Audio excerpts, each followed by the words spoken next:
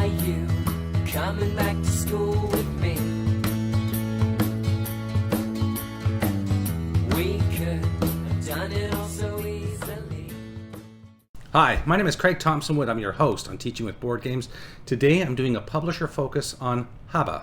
So for those of you who don't know, Haba is a company that has, to my understanding, literally hundreds of different board games, and they're all focused towards the younger kids. So I did some research on Board Game Geek, trying to find out just how many games exactly they have published, and they had like 9 pages of games, and there's about, I think, 100 games per page. So somewhere in the neighborhood of around 900 games. Now, if I'm wrong and somebody has a knowledge of exactly how many games they have, please do let me know down in the comment section. I don't like to be a source of misinformation, so if anybody can help me with that, that would be appreciated.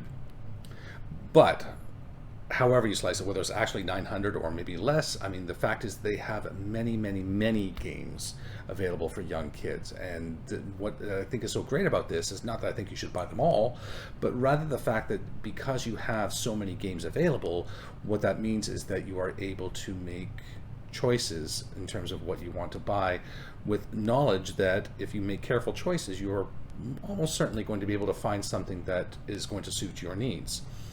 So because with such a wide variety out there, there pretty much has to be something that is going to work for your needs. So talk to your kids, find out what kinds of games they like. If you play with them, find out if you know what kinds of games they like, then those are going to be important things to help to focus in your search for the kinds of games you might want to get from Haba. Now, if you go to the Haba website, looking through all those games, how are you going to do that? Well, first thing you can be doing is looking by age range. So they have games that go from 0 to 12 months. I mean, that's how young some of these games are focused towards. So, the very, very young, and they go all the way up to games which are 8+.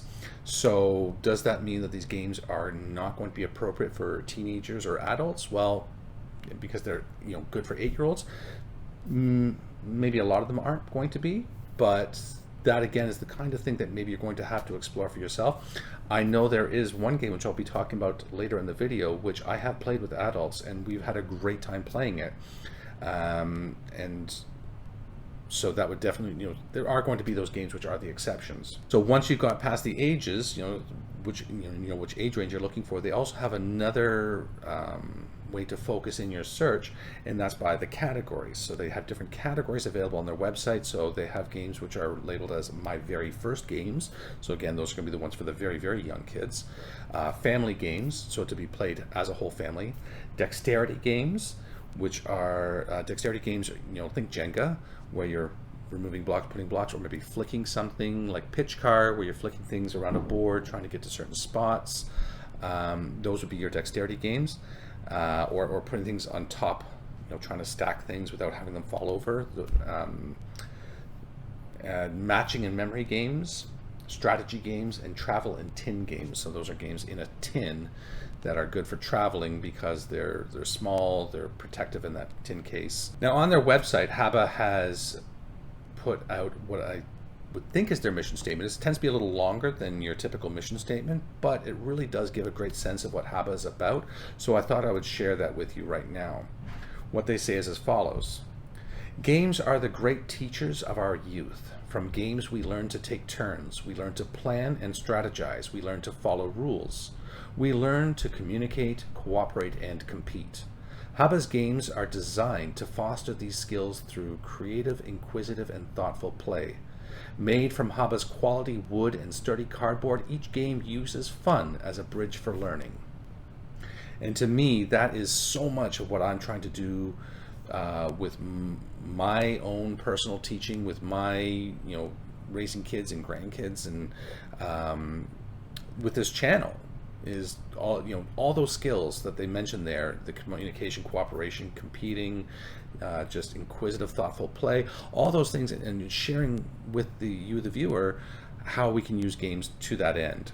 So, and that's exactly like I said, what Haba's talking about there. So they are really, we're like this. They and I are really on the same wavelength then, in terms of what we are trying to do.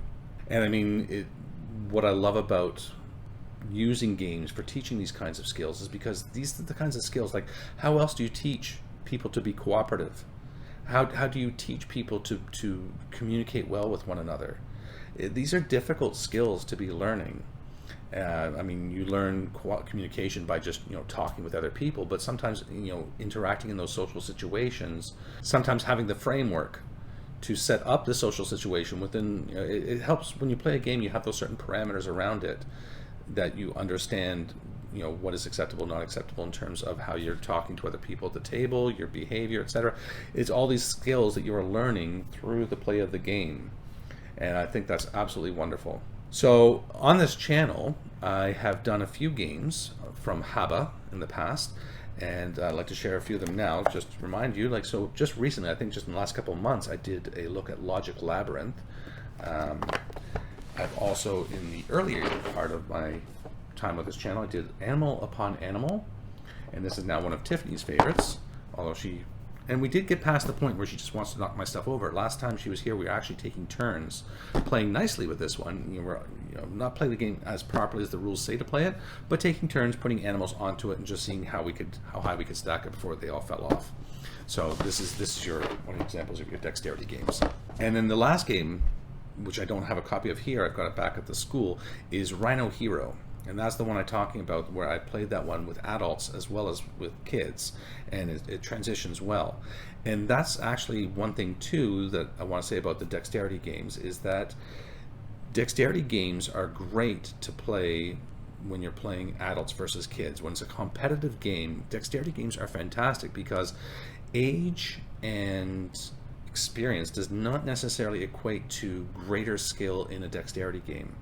So dexterity games can be a great leveling field where adults don't feel like they need to hold back or pull punches with the kids to let them win or whatever. It's one of those things where you can compete evenly with them because they can sometimes be beat you on an even playing field with that. So it's a really great thing to play with kids, in my mind, is those dexterity games. And again, then a lot of them can still be fun even when you're playing with other adults. Like I said, Rhino Hero was one I played with an adult group, and we had a great time. All right, let me take you to my final thoughts. So in a previous video, I talked about Peaceable Kingdom, and I said that Peaceable Kingdom, there's not another company out there that's doing what they're doing, and I was wrong. But I was also right, I still think. I was wrong in that I was kind of having a real brain fart about the fact that here's Haba with all of the games that they have, and they are all focused towards the very young, just like Peaceable Kingdom. But I was still maintain that I was right in that Peaceable Kingdom's games are all specifically cooperative board games, whereas Haba has this wide range of different games, some of which are competitive. So Peaceable Kingdom, yes, those cooperative board games for the very young is what they do. But Haba also focusing on the very young, but in a wide variety of styles and types of games. So different games to suit different needs. One other nice thing about Haba is that they are a fairly well-established and well-known company now, and they have distribution worldwide, I would think. So if you are looking to get games from Haba, you can always look on their website to narrow down your search and find exactly which kinds of games you're looking for. And if you feel that maybe you don't want to order directly from their website because maybe the shipping from where they are to where you are is going to be exorbitant, then maybe what you could do is talk to your local game store and see if they can get it in, because as I say, they do have worldwide distribution. I know that my local game stores, any of the ones I can think of, would be happy to order in any games that I saw that I said, hey, I like this game, can you get it in for me? And I'm sure they'd be able to, and would be happy to do so, because then they make their sale, and I feel good about supporting a local business. So something to think about when you're looking to pick up those games. So if you're new to the channel, then what I'm doing, I'm putting up content on a weekly basis around topics of gamification, game-based learning, doing book reviews, publisher focus, anything around this whole idea of how we can use games and make learning more fun. I, as a teacher of 20 plus years, have always said that I teach the way I wish I was taught. I always try to focus on making the learning fun and engaging, and I do it through gameplay, through gamification, as much as possible.